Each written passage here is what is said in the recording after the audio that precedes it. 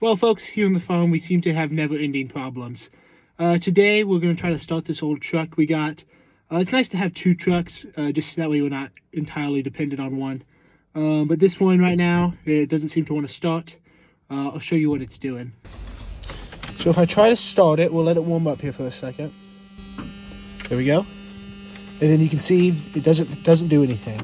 All right, guys, I believe we found the root of the problem. So this wire here is like a little push connector, and it was pretty corroded.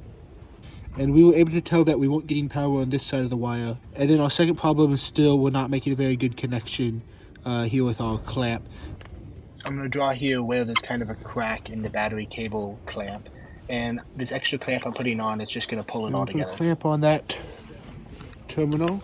Still nothing. Let's try to wiggle that other cable that I said wasn't making a good connection. Because I think it should be kind of sparking at least. Wiggle this around, push it back together. See if that maybe will do something too.